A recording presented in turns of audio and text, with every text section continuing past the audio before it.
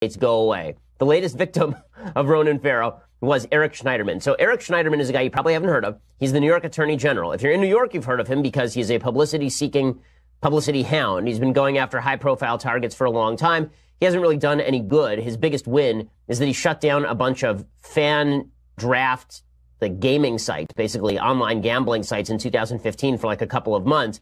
But he was supposed to be one of the future governors of New York State. He had sort of an Eliot Spitzer path that was laid out before him. Worth noting, by the way, that this now makes the third out of 5 major elected officials in New York State to have to resign for sexual allegations in the last, 7 years, right? We've got Anthony Weiner, you've got Schneiderman, and you've got Eliot Spitzer. Okay, it's in the last 5 years alone. It's just an amazing thing. Here's what Ronan Farrow reported over at The New Yorker. And I don't know how Ronan Farrow has all these sources, but now he does. It's pretty amazing. Schneiderman, New York's Attorney General, has long been a liberal democratic establishment of women's rights, and recently he has become an outspoken figure in the Me Too movement against sexual harassment.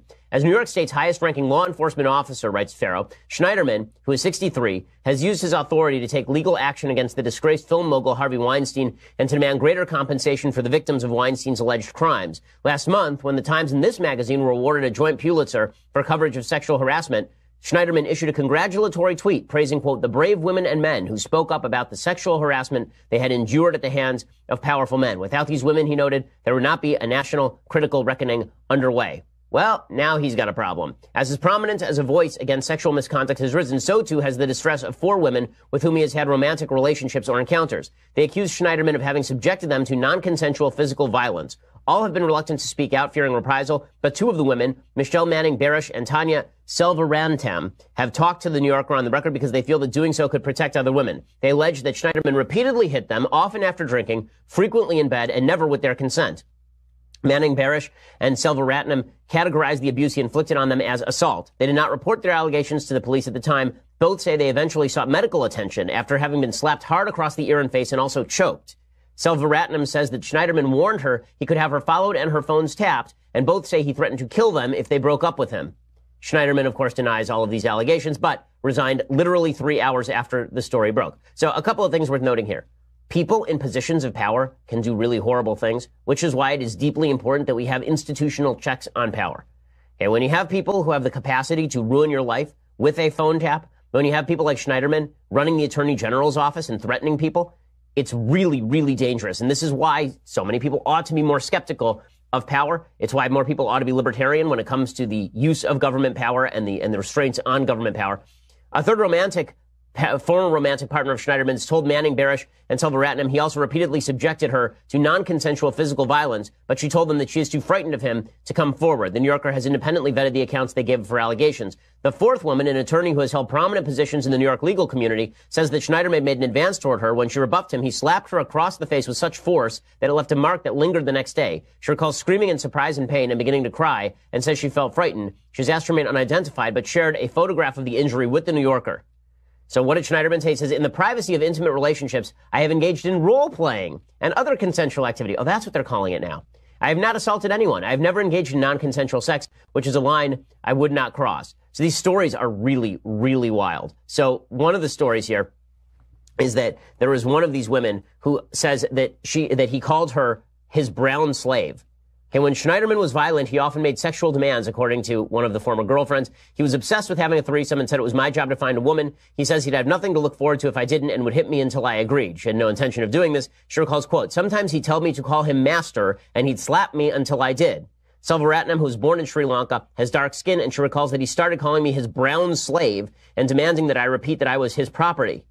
So, yeah, it sounds like a good liberal there. Okay. The abuse escalated. Schneiderman not only slapped her across the face, often 4 or 5 times back and forth with his open hand, he also spat at her and choked her. He was cutting off my ability to breathe, she says. Eventually, she says, we could rarely have sex without him beating me. In her view, Schneiderman is a misogynist and a sexual sadist. She says she often asked him to stop hurting her and tried to push him away. At other times, she gave in, rationalizing she could tolerate the violence if it only happened once or twice a week during sex. but the emotional and verbal abuse started increasing. The belittling and demeaning of me carried over into our non-sexual encounters. He told her to get plastic surgery to remove scars on her torso that had resulted from an operation to remove cancerous tumors. He criticized her hair and said she should get breast implants and buy different clothes. He mocked some of her friends as ditzes, and when these women attended a birthday celebration for her, he demanded that she leave just as cake was arriving. I began to feel like I was in hell, she says. Well, I mean, it seems like the hell would less be the criticism of your body and calling your friends ditzes, and more the smacking the crap out of you and suggesting that you are his slave.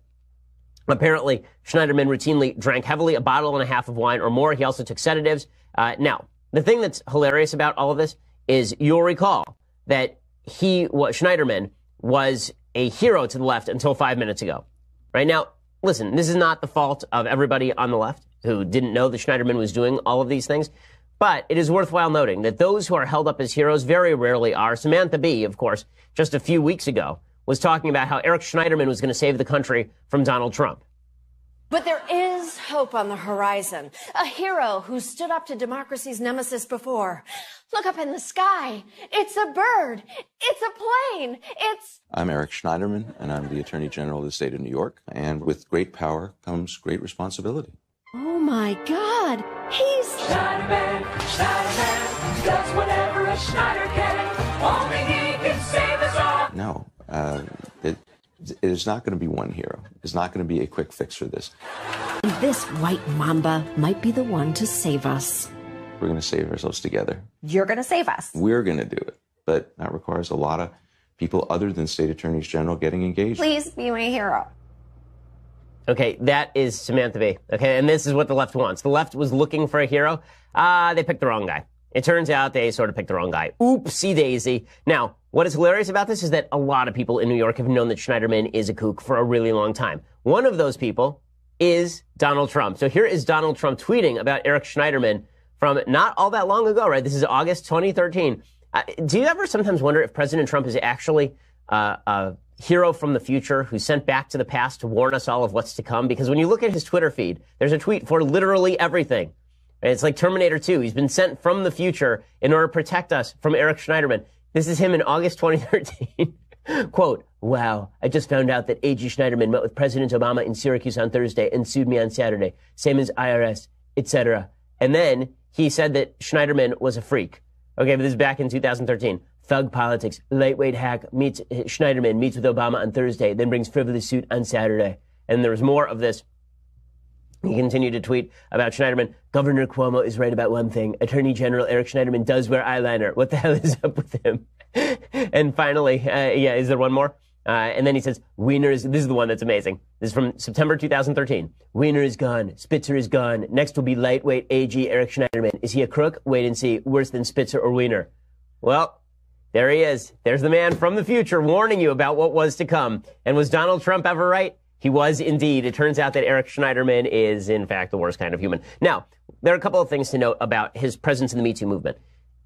Harvey Weinstein tried to do the same thing. Harvey Weinstein, when he was first accused of abusing women, immediately said, listen, I've been a great defender of women. I supported Hillary Clinton for president. One of the things that's really good about the Me Too movement is that the Me Too movement has essentially said, look, your politics do not matter nearly as much as the stuff that you do to women. So in the past, Schneiderman probably would have been defended. In the past, there would have been a move to say, listen, Schneiderman, yeah, he claims that this is all consensual and it's a he said, she said, and that it was S&M kind of stuff, and these women didn't leave, right? They didn't file any police reports. So obviously, Schneiderman is still a good guy. He's trying to go after Trump. But what you're seeing is the Me Too movement is actually taking some scalps. The Me Too movement is saying, listen, if you got 4 women accusing this guy of the same kind of stuff, non-consensual physical abuse, it doesn't matter that he could go after President Trump. He still did the wrong thing. That's a really good thing about the Me Too movement. It is also worth noting that people on the left are going to continue to claim coverage by the Me Too movement, just as Schneiderman has. You know, people like Schneiderman are going to continue to go out there and proclaim that they are allies of the Me Too movement, even if in the boudoir they are doing things that are at the very least untoward and at the very most abusive.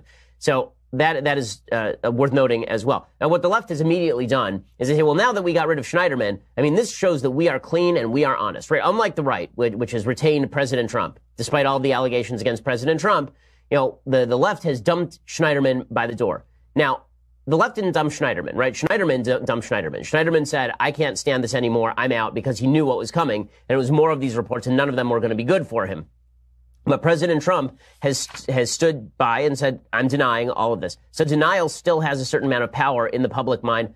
Plus, people on the right do not trust people on the left to actually be consistent about this. They figured that Schneiderman was going to go down anyway, and so Schneiderman went down. But they are still happy to have the Kennedy Center have the Met Gala, even though the Kennedys were some of the worst people with regard to treatment of women in the history of modern American politics.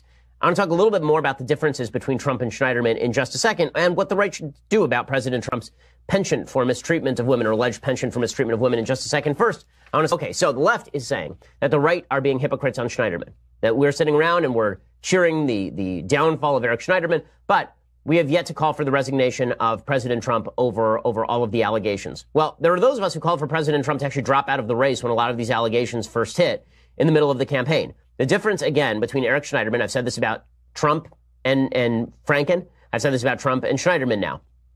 I've said this about Trump and Roy Moore. The difference between Trump and Schneiderman is that the American public knew all of this about President Trump when they elected him. So calling on him to resign is a little bit weird considering that the public knew about it. Schneiderman's stuff just broke. So we just found out about what was going on with Schneiderman, and that means that it's up to Schneiderman whether he wants to stick that out or not. You see, like Eric Greitens, right, the governor of Missouri, he's been under fire for sexual abuse allegations as well, but he has not quit. And now there's a move to impeach him in the Missouri state legislature. That may or may not be successful. Schneiderman knew that he was not going to stand up to the scrutiny of his fellow New Yorkers, and so he stepped down. You know, Trump did stand up through the scrutiny of Americans because Americans figured, okay, we'll take this guy, even though he's gross with women, we'll take him over Hillary Clinton. Once you're greenlit by the American public, with the American public knowing all the facts, it's difficult to call for somebody's resignation. Because again, the resignation would be in expectation of the idea that the American public would throw you out if they had the opportunity, but they haven't had the opportunity yet. So there's a big difference between a sex scandal hitting you after an election and a sex scandal hitting you before the election. Now, does that mean there's a moral differentiation between Trump's alleged treatment of women and Schneiderman's? I don't think there is. I don't think there is.